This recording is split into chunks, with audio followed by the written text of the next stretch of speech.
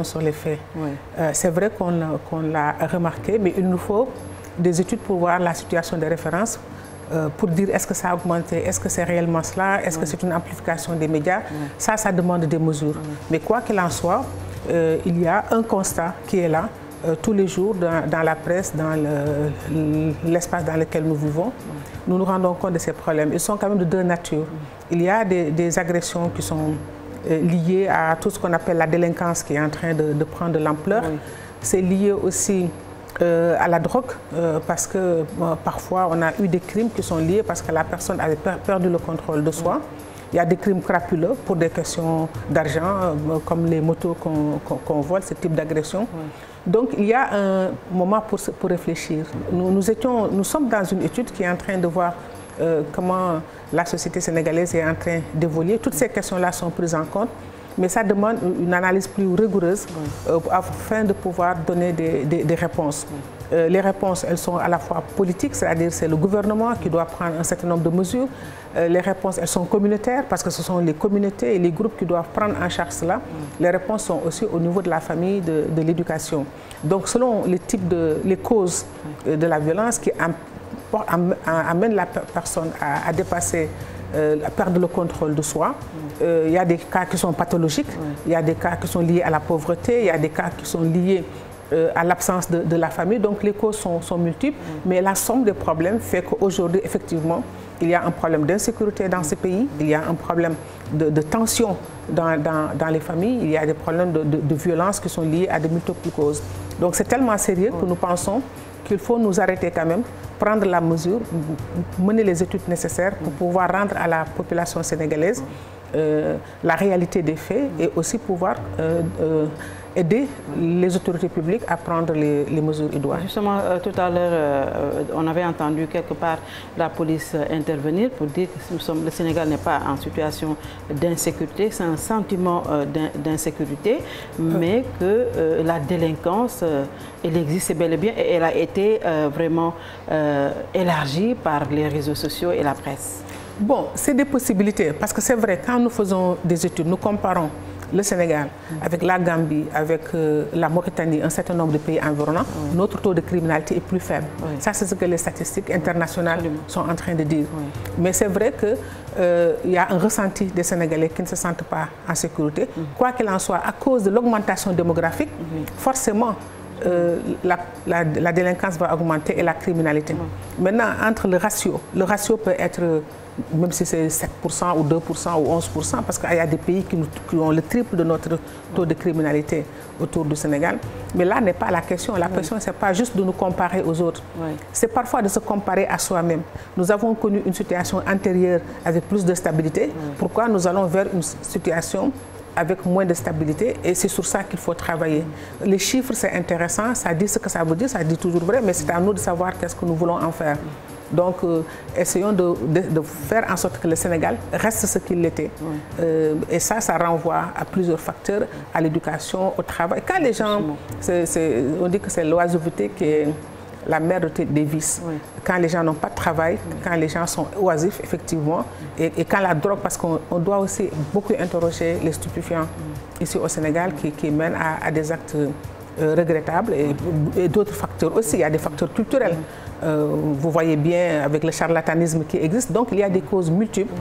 Ça demande beaucoup de sérieux. Il y a beaucoup de spécialistes qui travaillent là-dessus. Et évidemment, comme je dis, les réponses sont à la fois des politiques publiques, mais c'est aussi les communautés. Et c'est aussi à l'intérieur de la famille. Mais professeur, il y a également la pression de la société. On a entendu quand même la dernière agression mortelle en date. Il dit que c'est sa femme qui a mis sur lui la pression. Est-ce que cela veut dire que la société peut mettre sur quelqu'un ou sur quelqu'une une pression, la poussant quand même à commettre l'irréparable?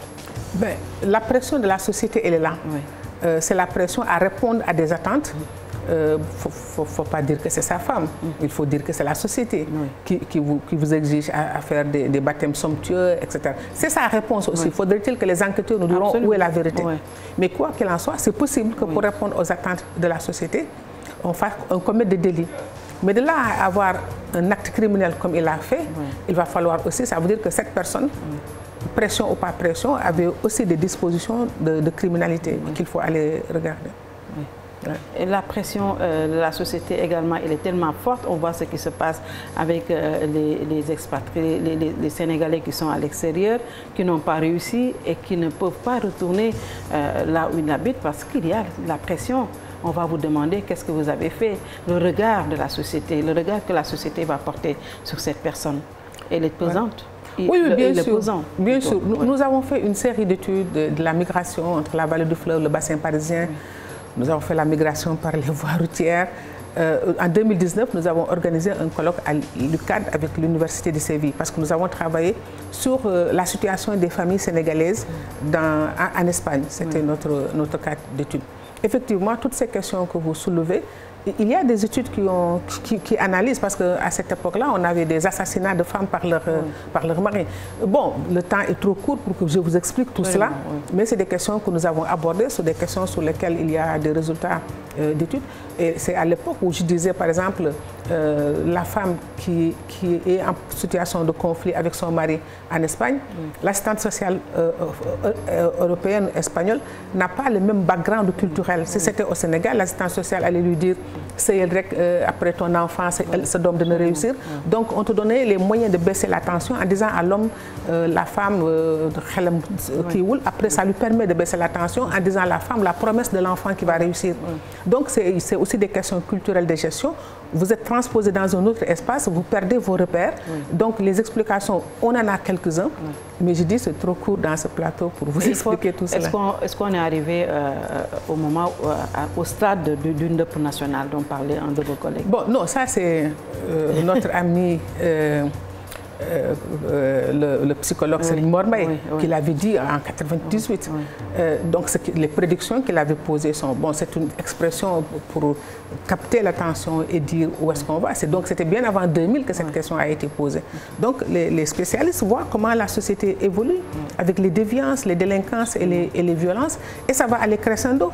Maintenant, si on ne prend pas les mesures idoines pour freiner cela. Et quelles sont ces mesures pour aller... Je ne veux pas vous dire, je n'ai pas les mesures, je suis trop prétentieuse pour vous dire tout de suite, voilà les mesures. Comme je vous dis, nous faisons les constats. Je vous ai dit simplement les 3 niveaux de mesures qui existent. Mais là, pour me faire dire cela de manière comme ça, ce n'est pas là. Alors, il y a également un autre problème, nous allons l'aborder très rapidement, c'est l'histoire de la parité. Nous préparons les élections du 31 juillet 2022 et on a vu ce que ça a encore causé comme problème. Votre regard, vous qui avez quand même lutté le caucus des femmes pour avoir la loi sur la parité? Je veux dire brièvement, toutes les supputations qui existent, c'est-à-dire on peut mettre sur le dos de la parité tous les maux de ces pays pour les politiques. C'est juste pour rappeler que ceux qui se sont battus pour la parité se battent pour les droits. La parité n'est pas une affaire de femmes. La parité est une question de justice et d'égalité, parce que beaucoup d'hommes disent que c'est à cause de la parité qu'ils n'ont pas eu de poste sur la liste. Mais c'est la même chose pour des femmes. Il y a des femmes qui ont été reléguées très loin dans la liste parce qu'il fallait céder la place à un homme. Donc c'est en vue d'une société de justice et d'égalité, parce que nous travaillons sur les principes de la démocratie. On nous dit que la démocratie, c'est la représentation du peuple par le peuple et pour le peuple a 2 composantes équivalentes en dignité, c'est les hommes et les femmes. Quand nous parlons de parité, nous parlons de parité en politique. C'est-à-dire les Sénégalais se sont levés pour dire oui, pour moi cette question devrait même être dépassée. Depuis 2012, on applique la parité et le sol ne s'est pas dérobé sous nos pieds. Donc ça veut dire que ça marche. Pourquoi en 2022 le problème se soulève? On a eu plusieurs élections entre-temps qui sont passées, on a appliqué la parité. 2012, les législatives, on a fait les locales. Mais on ne peut pas venir... En 2000, on avait fait d'abord les élections législatives en 2014, on a fait les locales au mois de janvier. Il n'y a pas eu de problème. Donc pourquoi tout d'un coup, on nous dit qu'il y a un problème? Donc, pour éclairer les Sénégalais, quand nous parlons de parité, c'est l'espace politique. Parce que dans les partis, il y a autant d'hommes que de femmes. Il n'y a pas de raison que certains prennent tout au détriment des autres. Quand on veut nous parler de questions de compétences, il n'y a pas de compétences en politique. La compétence, c'est dans l'espace de travail. Et là, la barrière, c'est la qualification. Et là, on ne parle pas de parité. On ne va pas vous dire, dans l'administration, il faut prendre autant d'hommes que de femmes. Dans l'aviation, il faut prendre autant d'hommes que de femmes. Ici, on ne va pas prendre autant d'hommes que de femmes. On vous prend parce que vous avez une expertise. Mais en parité politique, maintenant, les femmes, il faut qu'elles soient à l'Assemblée nationale, parce que c'est là-bas où on décide de l'utilisation du budget, des ressources, c'est là-bas où on décide des lois. La preuve, la loi sur la nationalité, il a fallu qu'il y ait la loi sur la parité pour qu'on en arrive à ce que la femme puisse donner la nationalité à son enfant. Or, il n'y a pas, la seule certitude qu'on a, c'est la filiation maternelle. Et on a empêché à beaucoup d'étudiants, parce que avec les frontières, vous devez être Wolof, Toucouleur ou Socé ou Saraxolé. Vous avez des parents de l'autre côté du fleuve. Les mariages par cousin croisé. Maintenant, parce que votre père est de l'autre côté, alors que c'est le cousin de votre mère, on vous dit que vous n'avez pas la nationalité sénégalaise. Donc, c'était pas juste. La loi a permis de le faire. Maintenant, en ce qui concerne les listes, il y a eu des volontés délibérées de ne pas accepter la loi sur la parité. L'administration leur a demandé, la justice leur a demandé de respecter la parité dans les bureaux. Il y a qui ont décidé de bafouer cela. Et ce sont ces mêmes personnes qui, dans les listes législatives, refusent de mettre la parité. Donc, une fois, on peut dire que c'est une erreur. Mais quand ça se continue, ce n'est pas une erreur, c'est une volonté d'écarter les femmes. Et il y a toute une manipulation de l'opinion pour dire que c'est la parité qui est le problème. La parité n'est pas le problème c'est le refus de la démocratie. Quand on vote une loi, si on est un citoyen, si on est un républicain, on doit accepter la loi. Mais il faut simplement que les gens se mettent dans la tête qu'on n'a pas demandé à une femme de venir prendre un poste parce qu'elle est une femme. Parce qu'aucune femme n'acceptera, en tout cas ceux qui se battent pour les droits des femmes, ne veulent pas qu'on mette des femmes incompétentes à des postes qu'elles ne méritent pas, parce que ça va desservir l'ensemble des femmes. Nous disons, si nous voulons une assemblée compétente, on n'a qu'à mettre des critères. Et quand la dernière fois, en 2012, on nous disait l'assemblée la plus nulle de l'histoire du Sénégal, nous avons sorti une étude qui a démontré tout à fait que c'était faux. Parce qu'il y avait 37,5% qui avaient entre le bac et le doctorat. Alors que les hommes n'avaient pas ces mêmes compétences au niveau de l'Assemblée nationale. Donc la question n'est pas à ce niveau, c'est une question de justice, d'égalité, que les gens pensent à leurs enfants demain. Chaque Sénégalais, que ce soit toi, que ce soit ton collègue, vous voulez le meilleur pour votre fils et pour votre fille. Ceux qui se battent pour la parité le font pour les générations à venir, pour qu'ils trouvent ici une société de justice et d'équité. Mais pour terminer, la question, c'est aussi une question de développement, une question économique. Ce n'est pas nous qui le disons. Toutes les grandes institutions du monde économique montrent que les prochaines croissances dépendront de l'égalité entre les hommes et les femmes. Parce que c'est la moitié ou plus de la moitié des ressources humaines. Si nous ne leur donnons pas suffisamment de compétences, de capacités, mais c'est le Sénégal qui perd tout le potentiel de croissance qu'il avait. Pourquoi la Chine est à son niveau? Tous les portables que vous avez aujourd'hui, les ordinateurs, qu'est-ce qu'il fait dans les pays asiatiques? C'est des femmes. Absolument. Donc le travail, c'est de donner les compétences à toutes nos ressources humaines et dans le respect et l'équité et la dignité, que chacun fasse ce qu'il a à faire. Parce que les hommes, je vous donne un dernier exemple. J'ai travaillé beaucoup dans le Sine Saloum. J'arrive dans l'évaluation des comités de gestion de santé. Et je vois que la salle d'accouchement était diminuée. Il n'y avait rien. Alors que la caisse était pleine d'argent. Et je demandais aux hommes, pourquoi vous ne mettez pas l'argent là-dedans? Vous voyez qu'est-ce que les hommes faisaient? Ils achetaient de Doliprane, tous les comprimés qu'ils allaient vendre en Gambie pour les mettre dans leur poche. Et les femmes n'avaient rien dans la salle d'accouchement. Je leur demande pourquoi. Ils me disent, parce que faut am sobé. Donc, je dis voilà justement pourquoi on vous dit que les femmes, si elles sont présentes, elles parleront de leurs problèmes. Vous aussi les hommes, si vous êtes présents, vous parlerez de votre problème. C'est ça en fait l'esprit. Et maintenant, mais quand les gens vont à l'Assemblée ou dans les postes juste pour des sinécures ou pour de l'argent, évidemment la compétition est forte. C'est pourquoi nous disons peut-être qu'il faudrait faire une assemblée où il n'y a pas d'honoraires, de rémunération, de salaire, mais juste des jetons de présence. Et en ce moment-là, peut-être que les plus patriotes de ce pays accepteraient d'aller à cette assemblée. Et ce seraient certainement les femmes. Aujourd'hui, professeur, est-ce que également la loi sur la parité n'a pas atteint ses limites? Est-ce qu'il ne faudrait pas encore davantage revoir cette loi-là? Qu'est-ce que vous appelez limite? Parce qu'on voit qu'il y a déjà que les hommes qui n'acceptent pas. On a vu ce qui s'est passé. Mais ils n'acceptent pas. Mais voilà, donc est-ce qu'on est dans un état de droit? Ça, ce n'est pas une réponse pour moi. Est-on dans un état de droit ou pas? On est dans un pays qui a voté une loi. Si on est un citoyen, si on est un républicain, on respecte la loi. Il n'y a pas d'autre chose à dire. Que des gens me sortent d'autres limites. Je ne vois pas ce qu'ils sont en train d'appeler les limites. De toute façon, nous allons faire des débats ouverts où des gens qui sont contre viendront avec nous débattre, parce que ce que nous sommes en train de proposer, c'est, comme je dis, j'ai rappelé hier dans un autre plateau ce que le professeur Djibril Sam, éminent philosophe, a dit quand on a voté la loi sur la parité, en parlant d'Abdoulaye Wade.